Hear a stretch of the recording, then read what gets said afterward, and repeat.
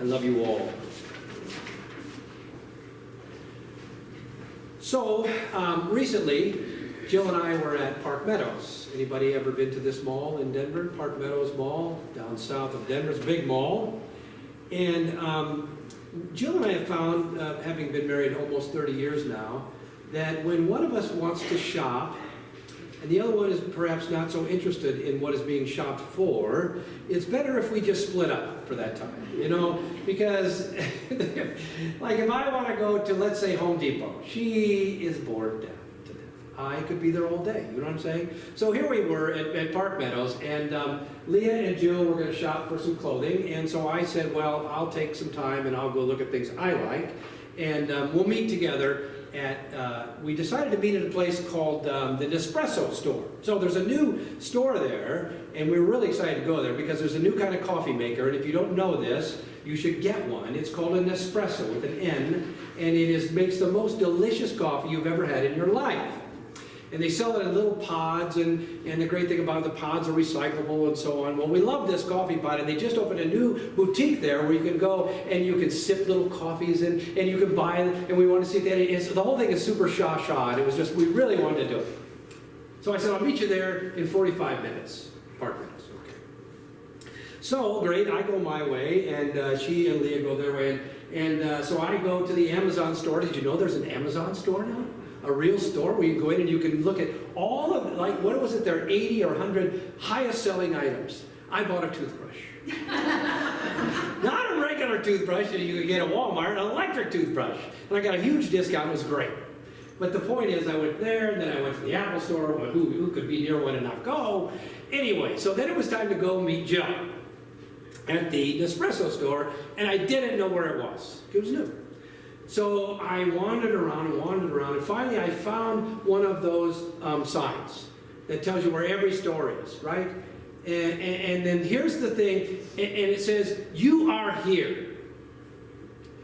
And I told you all that to tell you something else.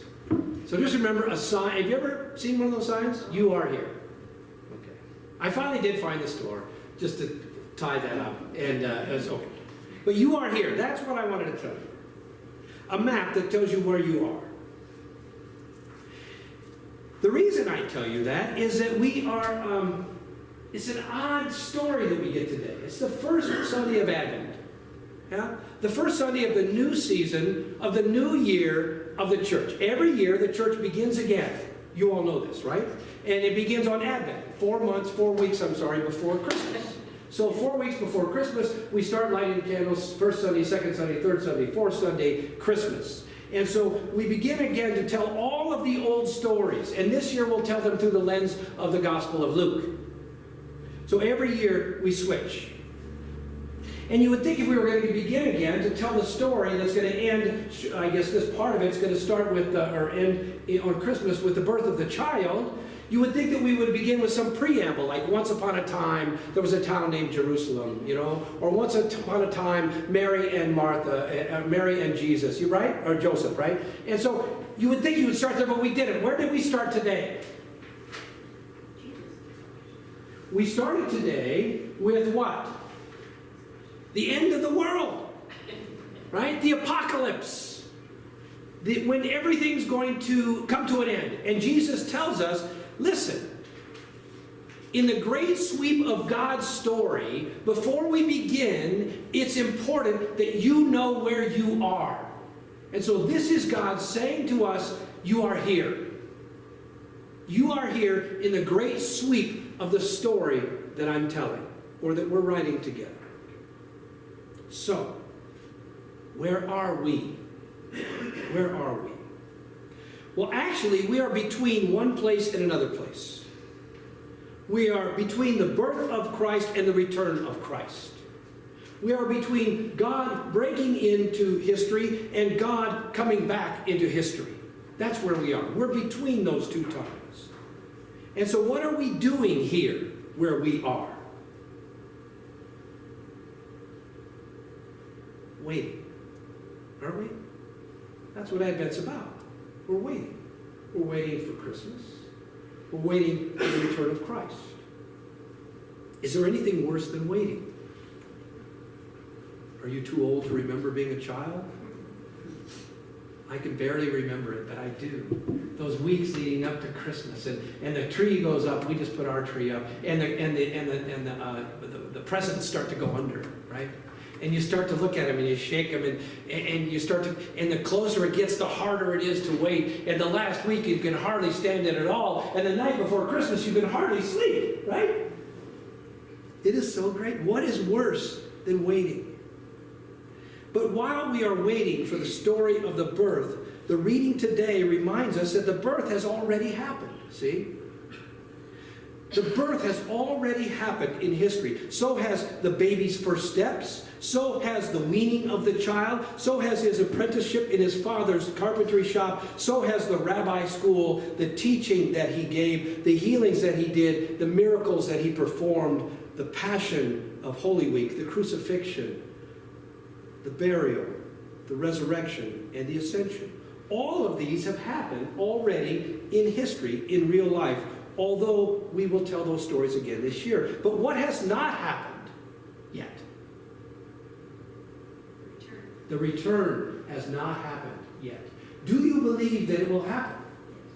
We say it every week. Christ has died. Christ is risen. Christ will come again. Do we believe that it will happen? And if we believe it, what does that mean for us? That's what's happening today.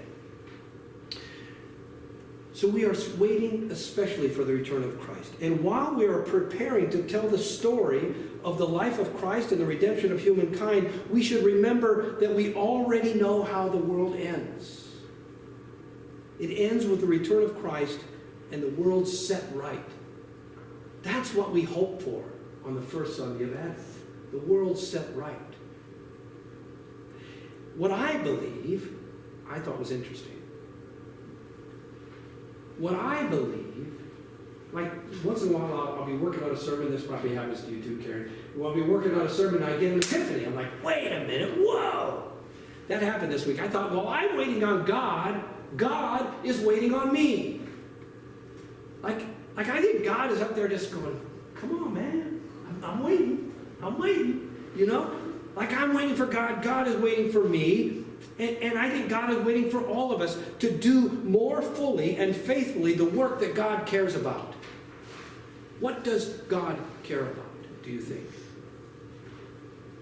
Justice. Mercy. Love. That's what God cares about, I think. And I believe that serious Christians ought to be seriously engaged in alleviating suffering, alleviating hunger, alleviating economic injustice. These are God issues, Christians. These are human issues, Christians. These are Christian issues, Christians. These are now and here issues. Right here, right now. And I think God is waiting for us.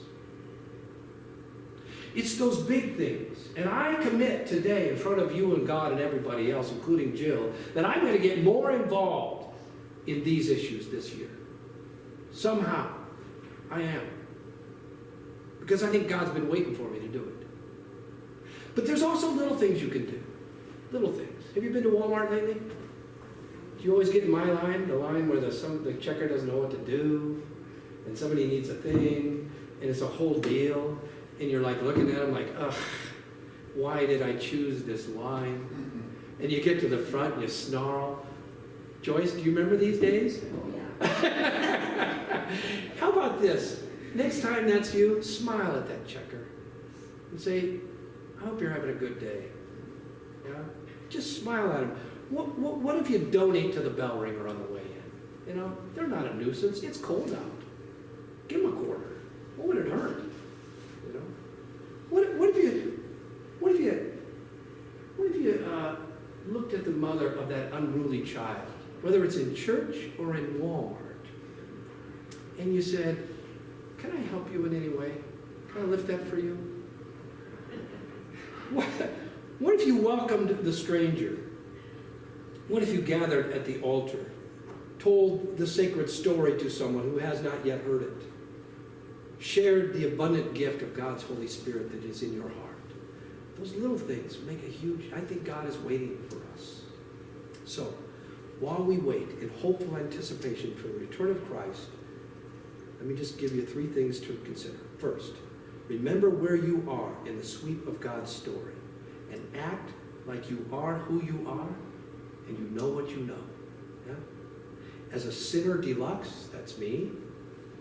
It'd be hard for you to out-sin me. I've been a pretty good sinner in my life. Take it from me. It's not as easy as it sounds to act like you should act. But we can do it. Remember, it's progress and not perfection. Am I right? Progress, not perfection. If you know what the end of history is, should that inform your actions in the present? The answer to that is an obvious, it should. Okay, 2, don't stress. Stop stressing so much. Does anybody here have stress dreams? Anybody? I have 2 that repeat over and over and over. In the first, and I know you're thinking, Mark, I thought you were quitting. I'm going to quit in a minute, but I have to tell you this story. I have 2 stress dreams that continue over and over and over. One, I'm going to worship.